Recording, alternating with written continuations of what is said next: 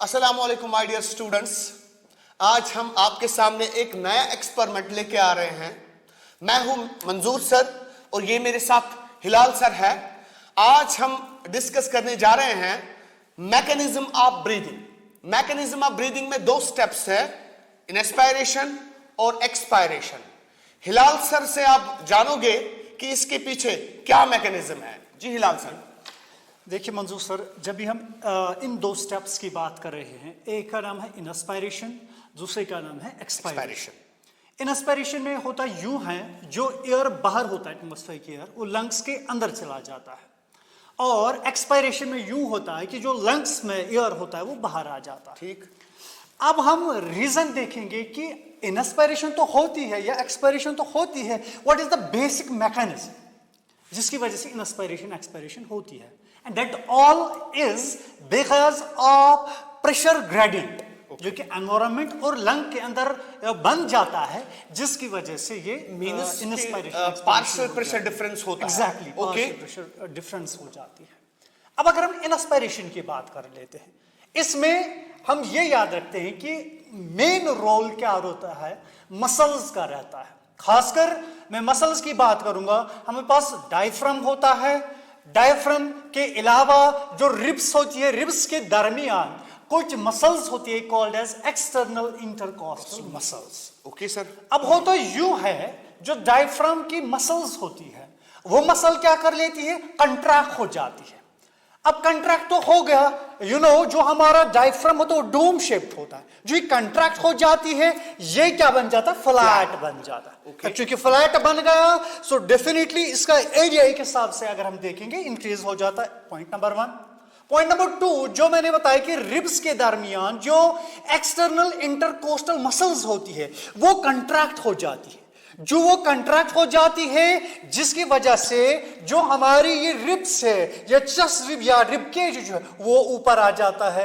In fact sternum भी ऊपर आ जाता है। Okay. अब यहां से डायफ्राम वो फ्लैट हो गया, यहां से क्या होगी, रिब्स ऊपर आ गई।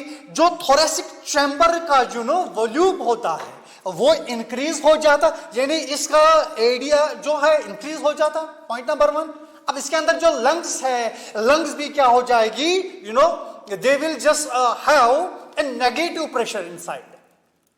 वो कैसे होगा, जो ही ये लंग्स भी एक्सपेंड हो जाती है एक हिसाब से, इनके अंदर जो इंट्रा पल्मोनरी प्रेशर जो होता है वो कंपेयर टू एनवायरनमेंट नेगेटिव होता है। ओके। अब डिफरेंस तो क्रिएट हो, बाहर क्या है मोर पॉजिटिव ग्रेडियंट, अंदर क्या है कम होता है, जिसकी वजह से एयर जो है that rush from environment to inside this. One more thing sir, that means कि बाहर जो पार्शियल प्रेशर होता है एटमॉस्फेयर में वो ज्यादा होता है और inside the lungs partial pressure ज्यादा होता है। मींस कि एयर मूव हो जाती है from higher partial pressure to lower partial pressure. So in inspiration, in expiration it happens in reverse में। ओके, जैसे मैंने अभी आपको बताया कि जो डायफ्रामिक मसल्स होती है, पहले क्या हुई थी, कंट्रैक्ट, फ्लैट हो गया। अब क्या हो जाएगी, relax, it will become dome shape. Point number 1। अब जो एक्सटर्नल इंटरकोस्टल मसल्स थी जो रिब्स के अंदर थी वो कंट्रैक्ट हुई थी, जिसने रिब को ऊपर लिया था।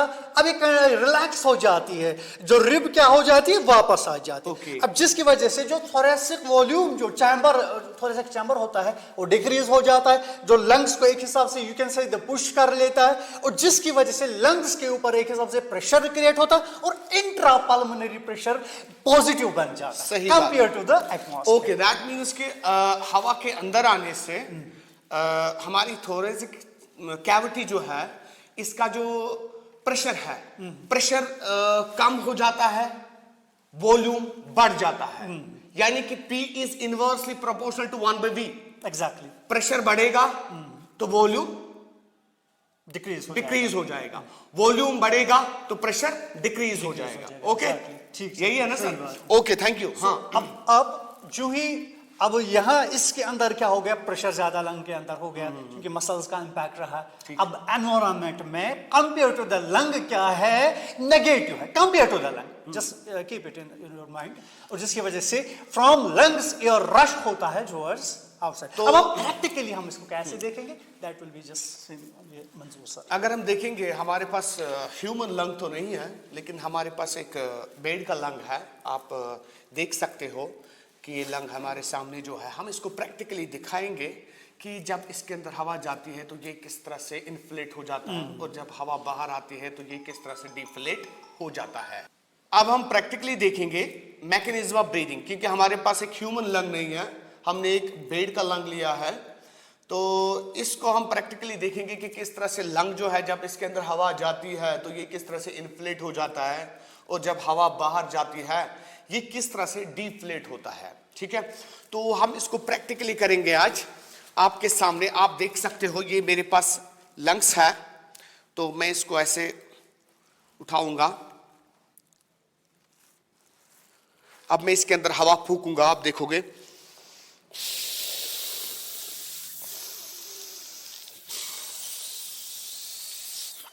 आप देख सकते हो ये लंग जो है इसका साइज कितना इंक्रीज हो गया है।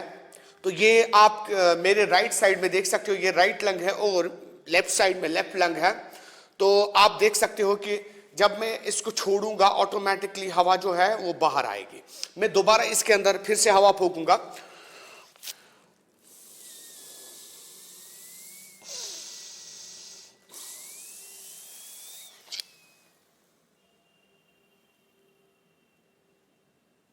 तो जब मैं छोड़ूंगा आप देख सकोगे कि ये इसका साइज जो है ऑटोमेटिकली कम हो गया है। अगर हम इसके स्ट्रक्चर की बात करें तो सबसे पहले इसकी ट्रैकिया जो है, ट्रैकिया कार्टिलेज की बनी होती है, और मेनली ये हाइलाइन कार्टिलेज की बनी होती है, और ये सी शेप्ड है।